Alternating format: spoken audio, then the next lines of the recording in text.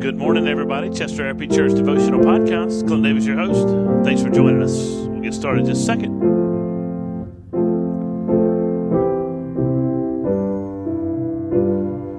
All right, well, welcome and thank you so much. What's up? Today we're reading from Ruth chapter 1. I said Luke, and I don't know why, but Ruth chapter 1, beginning in verse 19, the story of Naomi and Ruth returning to Bethlehem after the Lord had brought blessing and bounty to his homeland, to the land of his provision. This is what we have from Ruth chapter 1, verse 19. So the two of them, that's Ruth and Naomi, went on until they came to Bethlehem. And when they came to Bethlehem, the whole town was stirred because of them.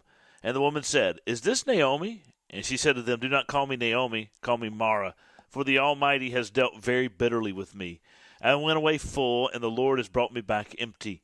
Why call me Naomi, when the Lord has testified against me, and the Almighty has brought calamity upon me?"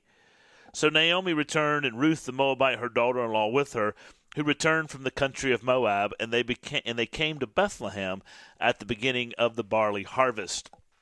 Now, Ruth and Naomi are returning to Bethlehem from Moab. In fact, Naomi goes to Moab early in the story with her husband and two sons while they are in Moab trying to find something to eat because there's a famine in the land of Bethlehem.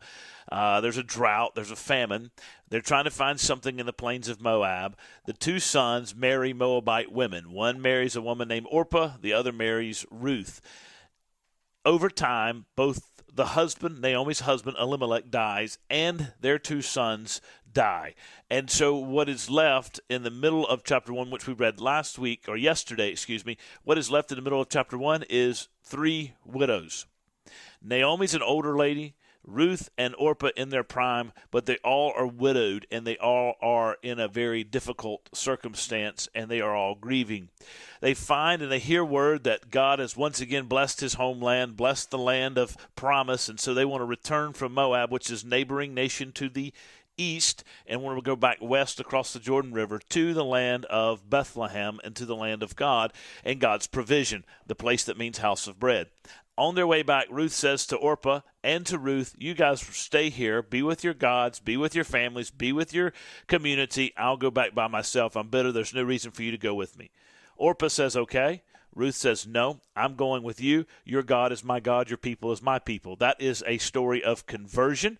We talked about that yesterday. Now they get back to Bethlehem, and when they get back to Bethlehem, the whole town is stirred up when they arrive.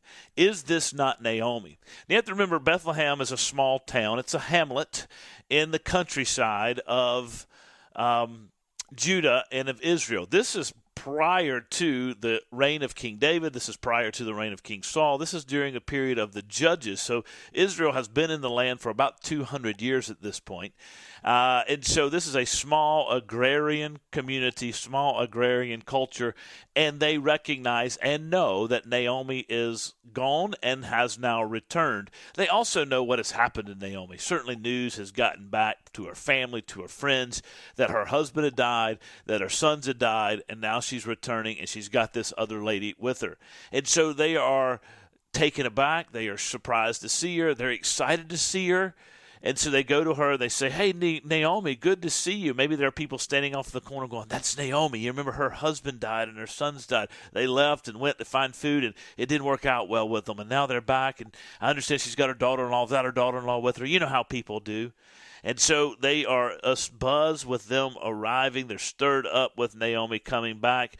And Naomi says, "Don't call me Naomi.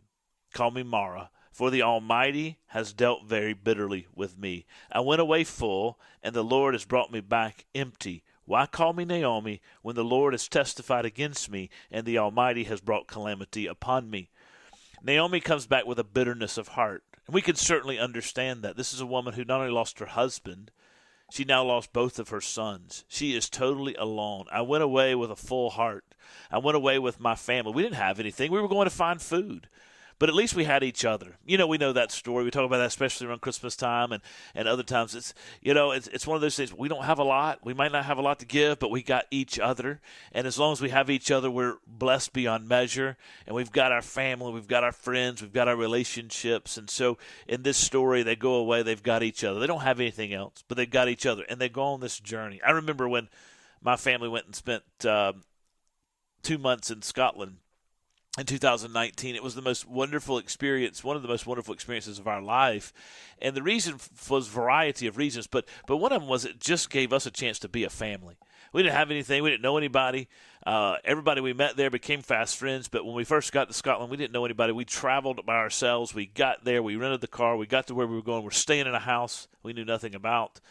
We were pastoring or serving a little congregation of which we knew nothing, and yet we became really good friends with those people and they became very dear to our hearts. But prior to that, we were just by ourselves, and we were cool with that. We had each other. We spent the entire summer just hanging out amongst ourselves.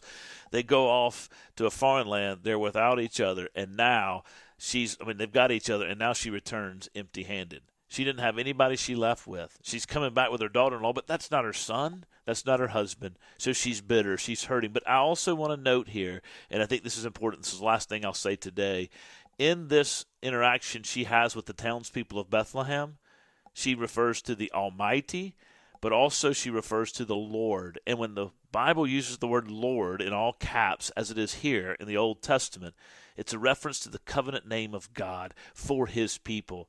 At no point does Naomi lose her faith. She's bitter of heart. She's broken. She's hurting. But at no point does she lose her faith in the covenant love of our God and the covenant relationship she has with our God through faith. She never loses that. She recognizes he's sovereignly in control. She can't control anything else. The only explanation she has is that God is at work. And she says, I'm bitter, but I still believe. And we know that not only by what she says, but also by the fact that her daughter-in-law converts to the biblical faith. And I think that's a wonderful point for us. So many times we can get bitter, we can get hurt, we can have pain, we can have suffering, but we miss. And so in doing that, let me rephrase that. In doing that, sometimes we can lose our faith. She doesn't lose her faith. She's hurting, but she says, even though I feel like God's been bitter to me, I still believe. I still hold fast to him because he is the hope of everlasting life.